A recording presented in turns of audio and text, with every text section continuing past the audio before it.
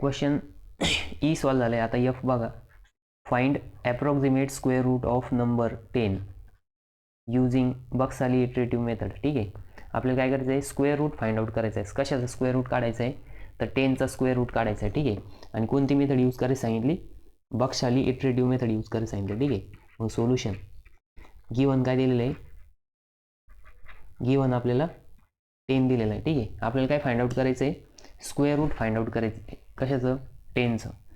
मग बघा आता लेट्स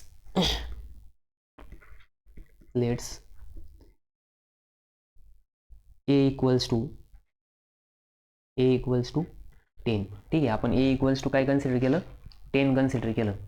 मग आता बघा आता एक असं बघा, बक्साली मेथड यूज करताना एक असा नंबर शोधायचा की जो 10च्या जवळ आहे. आणि 10च्या जवळ असलेली बघा, आता आपण सपोज इथं 10च्या जवळचे नंबर बघितले, असा नंबर बघायचा की तो परफेक्ट स्क्वेअर राहणार आहे. मग परफेक्ट स्क्वेअर बघा, 10च्या अलीकडं 9 आहे, नंतर न पुढं 11, 12, 13, 14, 15 आणि 16 आहे. ठीक आहे, तर बघा याच्यामध्ये जर आपण ऑब्झर्व केलं, 9 काय परफेक्ट स्क्वेअर आहे. कशाचं स्क्वेअर आहे, 3चा आहे. 11 आहे का, नाही. 12 आहे का, नाही. 13 आहे का, नाही. 14 आहे का, नाही. 15 आहे का, नाही. 16 आहे. 16 4चा आहे. मग जवळचं कोणी, तर हा आहे. जवळचं कोणी, 3 आहे. मग काय करायचं आता, मग त्याला ॲज अ इनिशियल ॲप्रॉक्सिमेशन घ्यायचं. मग इथं लिहायचं इनिशियल ॲप्रॉक्सिमेशन, इनिशियल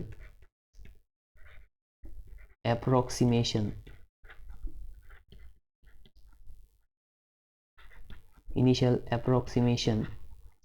x0, त्याला काय म्हणायचं, x0 म्हणायचं. x0 इज इक्वल्स टू 3, कारण की 9चा स्क्वेअर रूट काय आहे, 3 आहे. ठीक आहे, म्हणून आपण इथं इनिशियल ॲप्रॉक्सिमेशन काय घेतलं, 3 घेतलं. ठीक आहे, मग आता नाव युजिंग बक्साली इटरेटिव्ह मेथड. ठीक आहे, मग फॉर्म्युला लिहायचं, नाव युजिंग बक्साली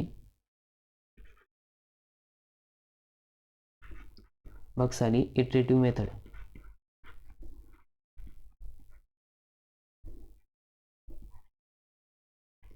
ठीक आहे, मग बक्साली इटरेटिव्ह मेथड यूज करायची. मग बक्साली इटरेटिव्ह मेथडचं फॉर्म्युला काय आहे, xn plus 1 is equals to xn plus an minus इथं काय येणार, capital A minus xn square upon 2 into xn. ठीक आहे, सॉरी 2 इंटू xn, एक मिनिट बघा, xn plus 1 minus an square upon 2 into xn plus an. ठीक आहे, हा फॉर्म्युला आहे. आणि तो जो दुसरा फॉर्म्युला होता तो anचा फॉर्म्युला आहे. मग बघा, हा बक्साली मेथडचा फॉर्म्युला आहे. आता याच्यामध्ये an म्हणजे काय, तर बघा an फाइंड आउट करायचा सेपरेट फॉर्म्युला आहे. मग an इज इक्वल्स टू हा capital A minus xn square upon 2 into xn. बघा हे फॉर्म्युला यूज करायचा, हा xnचा फॉर्म्युला आहे. आता बघा, फर्स्ट इटरेशनच्या वेळेस nची व्हॅल्यू 0 राहणार आहे, सेकंडच्या वेळेस 1 राहणार आहे, थर्डच्या वेळेस 2 राहणार आहे. ठीक आहे, मग आता आपण स्टार्ट करू इटरेशन फर्स्ट. मग इथं लिहायचं इटरेशन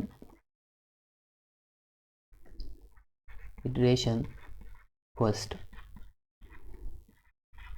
ठीक आहे, मग इटरेशन फर्स्टनुसार काय येणार, x बघा, आता इटरेशन फर्स्टमध्ये n च्या जागेवरती मग इथं लिहायचं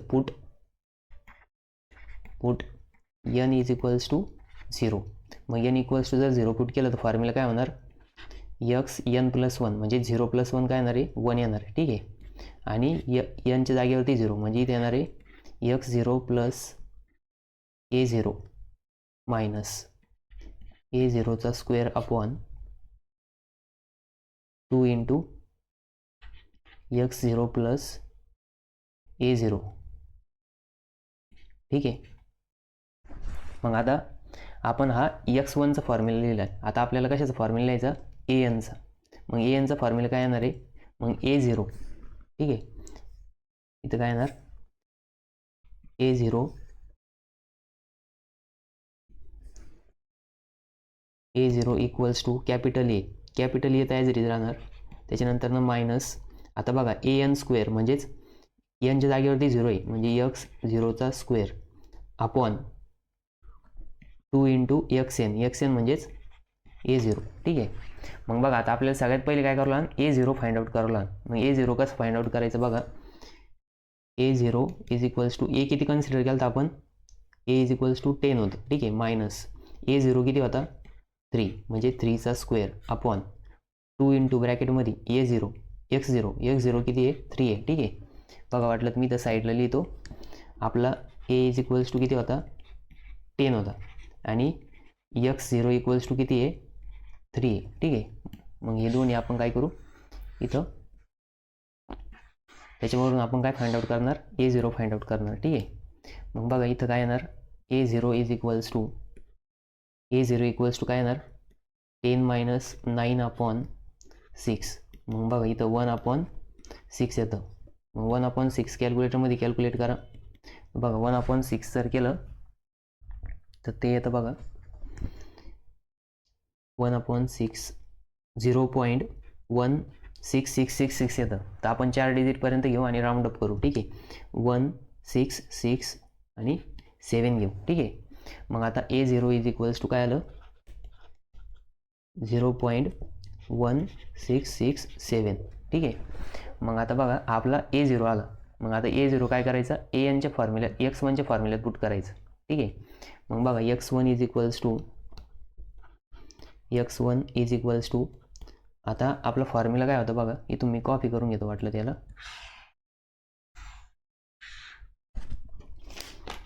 याला कॉपी करतो Ctrl+C. ठीक आहे.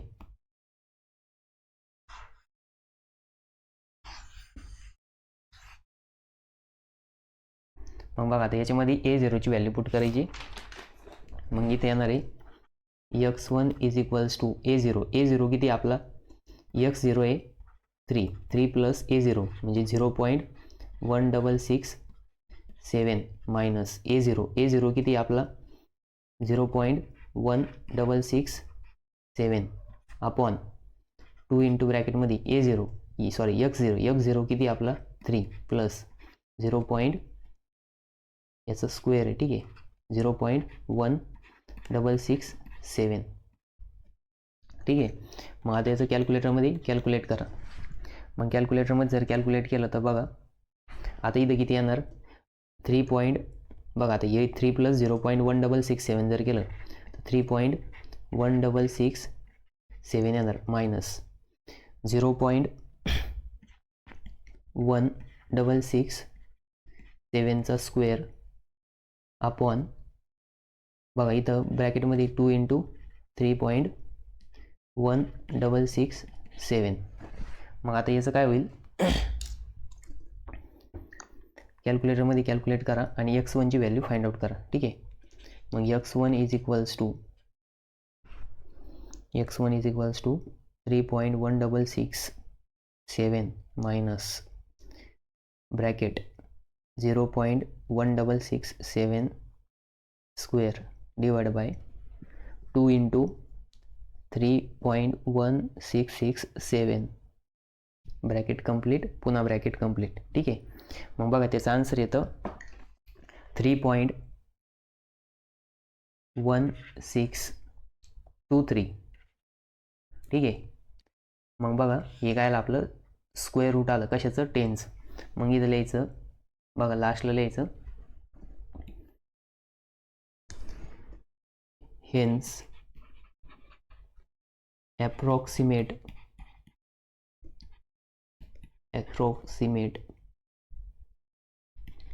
square root of 10 is 3.1623. ठीक आहे. हे काय आपलं फायनल आन्सर आलं. ठीक आहे. तर बघा आपण फायनल आन्सर वाटलं तर इकडे ॲडजस्ट करू कारण ते पुढच्या पेजवरती गेलं आहे. ठीक आहे.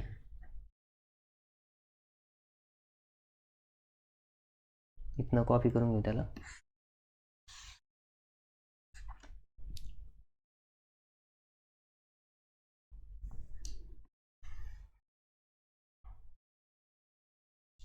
इथंच लिहू, ठीक आहे. मग इथं लिहायचं hence approximate root of 10 is x1 is equals to 3.16623. ठीक आहे. हे काय आपलं फायनल आन्सर आलं. तर बघा ही बक्स-आली मेथड होती. बक्स-आली मेथडमध्ये काय आहे की आपल्याला square root of 10 find out करायचं होतं. ठीक आहे. मग इनिशियली आपण काय गिवन आपल्याला 10 होतं फक्त. मग आपण काय करायचं, जो नंबर गिवन राहतो त्यालाच ॲज ए कन्सिडर करायचं. नंतर इनिशियल ॲप्रॉक्सिमेशन कसं काढायचं, तर 10च्या नियर अबाउट परफेक्ट स्क्वेअर असलेला नंबर बघायचा आणि त्याचं जे स्क्वेअर रूट येणार आहे ते काय राहणार आहे, x0 राहणार आहे. मग बक्स-आली मेथडचं फॉर्म्युला लिहिलं आपण. नंतर फर्स्ट इटरेशनसाठी n इक्वल्स टू 0 पुट केलं. मग 0 पुट केल्यानंतर फॉर्म्युला असा क्रिएट झाला. नंतर आपण a0 फाइंड आउट केला. a0मध्ये a आणि x0 पुट करून a0 आला. त्याच्यानंतर x1 काढला आणि x1 म्हणजेच फर्स्ट इटरेशनचं रूट आलं. बघा आता हा 2 मार्काचा क्वेश्चन होता म्हणून आपण इथं एकच इटरेशन परफॉर्म केलं आहे. ठीक आहे. जर क्वेश्चन 4 मार्काला आला तर मे बी तुम्हाला तिथं 2 किंवा 3 इटरेशन परफॉर्म करावं लागू शकतं. ठीक आहे. तर बघा तुम्ही जर आपल्या कॅल्क्युलेटरमध्ये स्क्वेअर रूट ऑफ 10 जरी टाकलं तर तरी पण कॅल्क्युलेटरमध्ये आन्सर येतं बघा 3.16227766017. मग बघा आपलं काय आलं आहे 3.1623 आलं. आपण राऊंड अप केलेलं आहे ना आन्सर. तर याचा अर्थ आपला आन्सर करेक्ट आहे. ठीक आहे. तर हा 2 मार्कसाठी बक्स-आली मेथडचा प्रॉब्लेम होता. एकच इटरेशन परफॉर्म करायचं होतं. ठीक आहे. आता याच्यामध्ये तुम्ही जर प्रॅक्टिस केली, आता ह्या जे न्यूमेरिकल मेथड याची जर खूप जास्त प्रॅक्टिस केली तर तुमचा क्वेश्चन हा विदिन 3 or 4 मिनिट्समध्ये सॉल्व्ह होणार आहे. आता मी इथं तुम्हाला एक्सप्लेन करीत सॉल्व्ह केलं आहे त्याच्यामुळं 10-1 मिनटं लागलेली. ठीक आहे. आता नेक्स्ट क्वेश्चन बघू आपण प्रोबॅबिलिटीचा.